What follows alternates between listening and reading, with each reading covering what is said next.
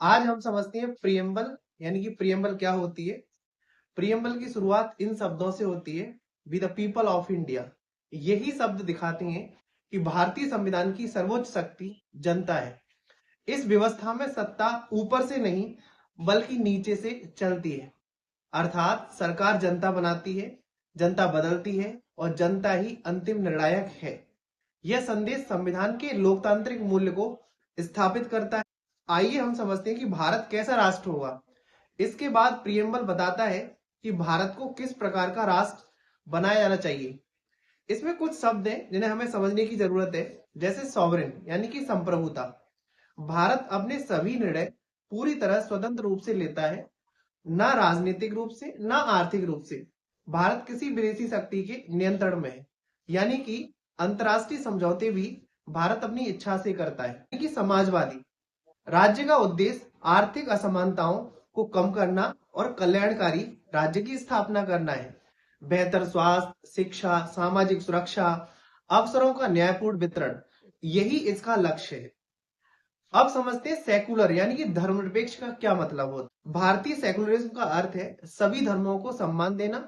राज्य किसी धर्म को ना तो बढ़ावा देता है ना किसी धर्म का विरोध करता है। धर्म जनता का निजी चयन है, राज्य का एजेंडा नहीं। यानी कि अगर जनता को जरूरत है कि उनके धार्मिक मामलों को संभालने के लिए सरकार की सहायता चाहिए, उनके मेले या कोई समारोह है उनको संभालने के लिए सरकार की आवश्यकता है, तो सरकार हेल्प जरूर करती है। जैसे कुंभ मेले में सरकार का प्रशासन के द्वारा हेल्प करना, या इसी तरह से मानसरोवर यात्रा में सरकार की मदद करना, हज यात्रा में भी सरकार के द्वारा मदद करना, ये सभी इस बात का प्रूफ है कि सरकार कहीं ना कहीं जनता की मदद करना चाहती है। हालांकि धार्मिक मामला जनता का निजी मामला है। अब समझते हैं हम डेमोक्रेटिक यानी कि लोकतांत्रिक का क्या मतलब। भारत में शासन जनता द्वारा जनता के लिए जनता के हित में होता है। सरकार जनता के प्रति उत्तरदायी यानी कि अकाउंटेबल होती है और चुनाव इस उत्तरदायित्व की पुष्टि कर। अब समझते हैं रिपब्लिक यानी कि गणराज्य का क्या मतलब है। देश का सर्वोच्च पद यानी कि राष्ट्रपति वंशानुगत नहीं है बल्कि जनता के निर्वाचित प्रतिनिधियों द्वारा चुना जाता है। यह सुनिश्चित करता है कि व्यक्ति महत्वपूर्ण नहीं है, पद महत्वपूर्ण है। अब समझते हैं कि हमारे राष्ट्र के क्या लक्ष्य हैं, क्या गोल्स हैं, क्या वैल्यू ऑफ कॉन्स्टिट्यूशन है।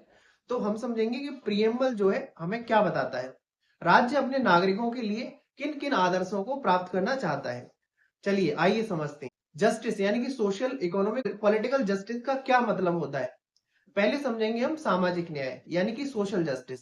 इसमें जाति, संप्रदाय, लिंग आदि के आधार पर भेदभाव करना मना है।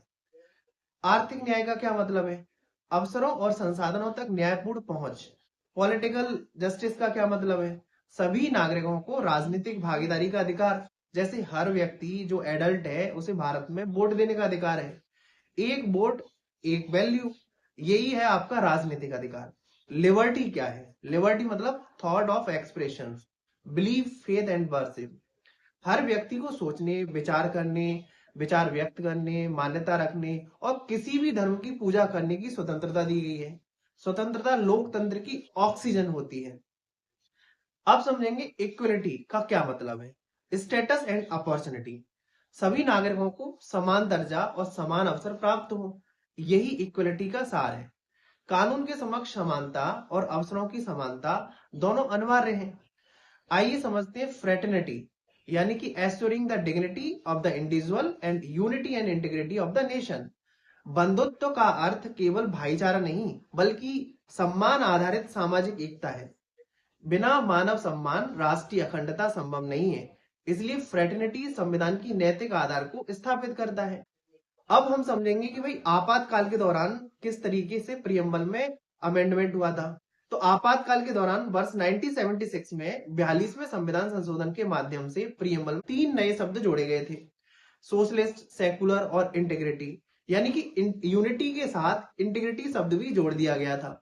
यह संशोधन परीक्षा की दृष्टिकोण से अत्यंत महत्वपूर्ण है। अब हम समझेंगे कि भाई क्या न्यायपालिका ने इसकी क्या व्याख्या की है, जुडिशियल इंटरप्रिटेशंस। प्रियम्बल की संवैधानिक स्थिति 2 ऐतिहासिक फैसलों से निर्धारित होती है। पहला मामला बेरूवारी केस जो कि 1960 में आया था। सुप्रीम कोर्ट ने कहा कि प्रियम्बल संविधान का भाग नहीं है। फिर इसके बाद आया केशवानंद भारती केस 1973। यहां न्यायालय ने कहा प्रियम्बल संविधान का अभिन्न हिस्सा है, यह संविधान के बेसिक स्ट्रक्चर को दर्शाता है। प्रियम्बल में संशोधन हो सकता है लेकिन बेसिक स्ट्रक्चर में कोई बदलाव नहीं हो सकता। यही बिंदु यूपीएससी के लिए सर्वाधिक प्रासंगिक है। अब समझते हैं भाई, प्रियम्बल सिर्फ शुरुआती परिचय नहीं देता, यह हमें बताता है बल्कि भारत कैसा होना चाहिए। यूपीएससी की तैयारी केवल नौकरी के लिए नहीं बल्कि इस बात को समझने के लिए है कि जिस राष्ट्र ने हमें अधिकार दिए हैं उस राष्ट्र के आदर्शों की रक्षा करना हमारी जिम्मेदारी है। अगर आपको प्रियम्बल समझ में आ गया तो संविधान का लक्ष्य भी समझ में आ गया और नागरिक होने का अर्थ भी समझ में आ गया। Thank you.